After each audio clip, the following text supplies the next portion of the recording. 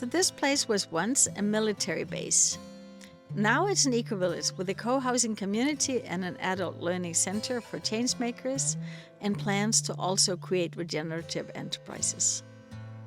The majority of students are between 18 and 30, and the building has 73 bedrooms with private bathrooms.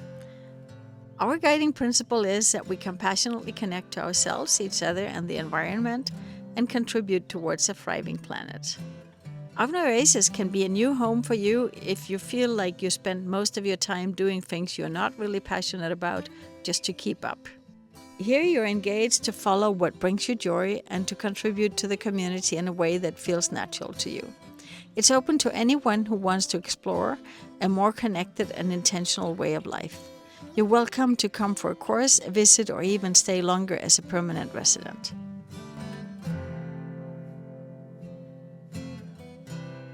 What this place brings to people is, I think they get to know parts of themselves that they might not know before.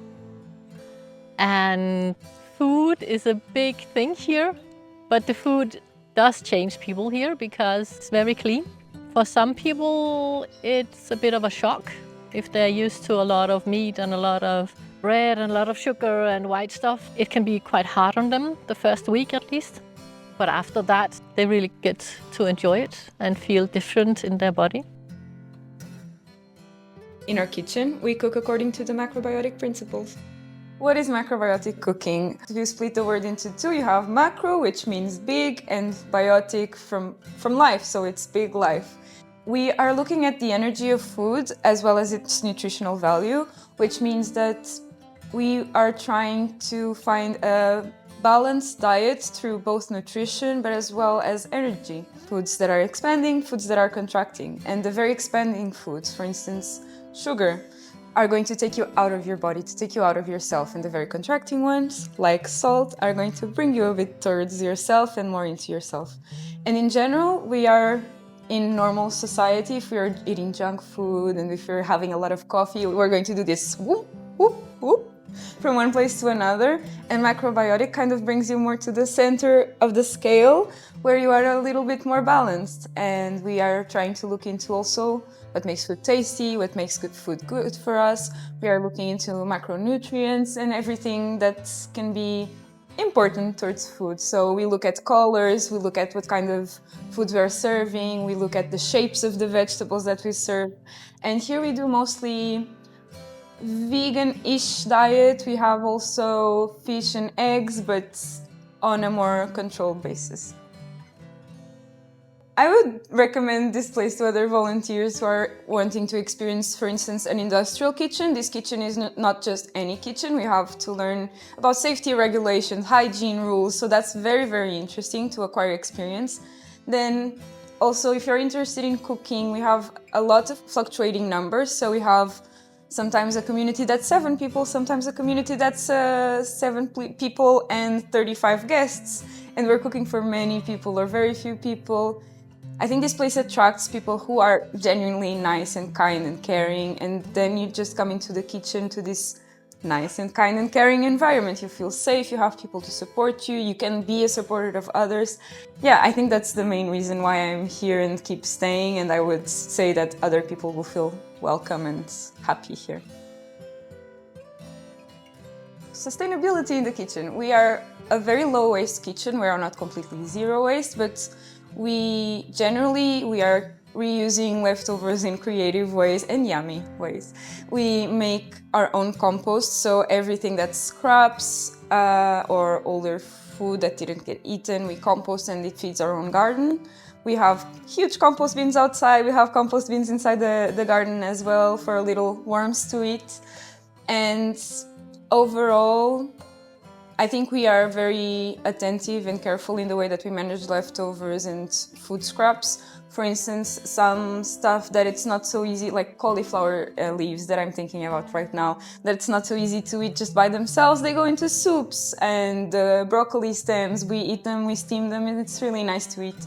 So finding other ways to do and to make and eat foods that otherwise maybe wouldn't get eaten. Also from that, we are very water conscious. We save our dishwashing water. We try not to use soap for some of the stages of the dishwashing process before they go in the machine. So that water is going to feed our garden because it has nutrients in it. Same for the water that we use to clean our carrots or beets or potatoes. It gets nutrients, it gets soil, so it goes out to the garden. We save it in buckets when we are cooking. It's going to be around here. And we take it out to the back and the garden team uses it to water our garden.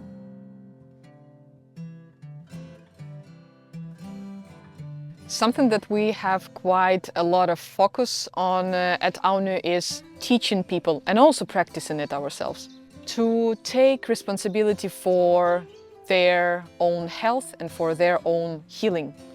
Healing and health is something that goes through this project as a red thread everywhere in the way we eat and the food we eat. Our macrobiotic principles, in the way we interact with each other using compassionate communication, creating a safe environment where we can heal and be heard, and also making our own food, having our own garden, in the education that we provide, also highlighting the sustainability related aspects and health as a big part of it.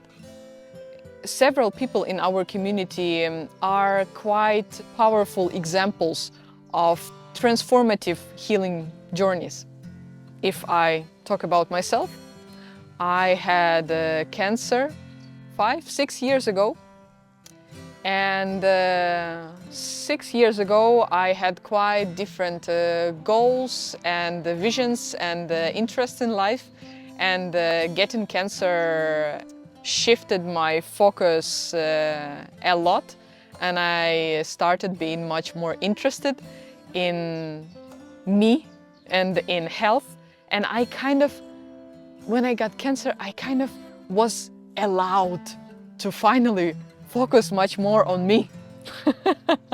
Not on, other people helping and a job, education and various sorts of things, but to actually find out more and more about me. And then not so long time after, like 3 years or something like that, I was in remission, so I got cured and everything, and I was in remission. And then Avnø happened in my life, and it was very synchronistic and quite amazing for me because of Avnø's focus on health. That was one of the primary reasons why I chose to be at Avnø, because it could support my curiosity and my intention to heal myself and to be healthy and to lead a full of energy lifestyle. So daily life will start with the morning exercise if we have people who would like to share something in the morning. Usually it's quite often. Then we have breakfast. Then usually people start their volunteering or working time. Then we have lunch together again, and again some working time, and then dinner, and then also in the evening sometimes we have sharing circle, sometimes we have life story, sometimes we have just playing cards, playing other games. And we have lots of facilities here, like a gym, auditorium. Yeah, and we don't have a kind of a fixed schedule for the people who are here. It doesn't matter, volunteers or residents. It's more like it depends on you, how you want to plan your day, when you want to work. Basically, you need to be very kind of responsible person, because you need to plan your day yourself. And if you want some evening activities, then you need to organize people around these evening activities. To live with children here, it's somewhat special because they consider all the house like their home, and also they consider all the people who are here like their family. I'm not only one who is in this role to teach them, maybe to guide them in some situations. So it's members of the community who also take part of, raising my kids, let's say like this. Of course, it's my responsibility, but at the same time, I like this experience for them because they can connect with many people from different continents, from different countries with different languages. And I think this experience is very exciting. And also, for example, my youngest daughter, she knows English, Danish and Russian and Ukrainian. She speaks 3 languages. They can get this wide experience, let's say. So the advice is for women with kids who wants to live in a community. I think the first step will be to be slow and really take time to check the place if it fits you, because like all the people in the community, they will be kind of teachers for your kids, so you need to be sure that it's a good teachers, let's say.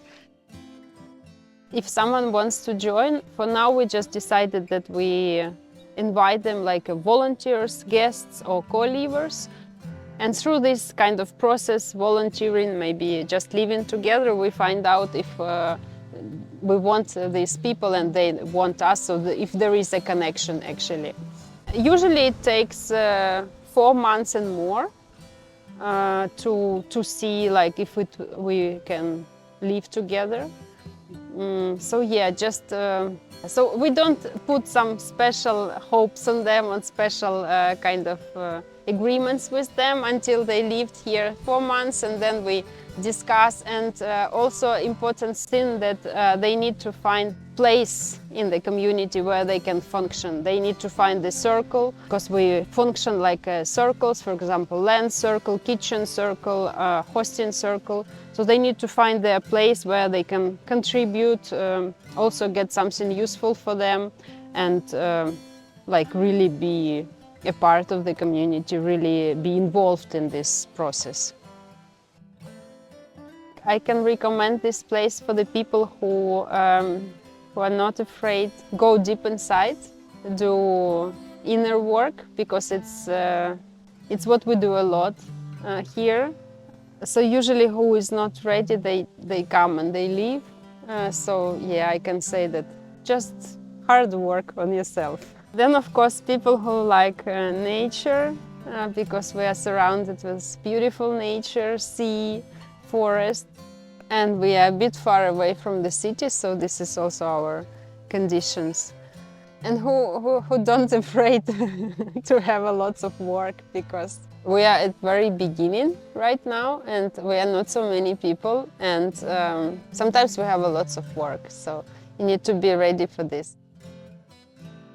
So a life lesson to whoever's watching. I have a guide and a friend, and she always say, don't be afraid. We're just here to live. Don't be afraid.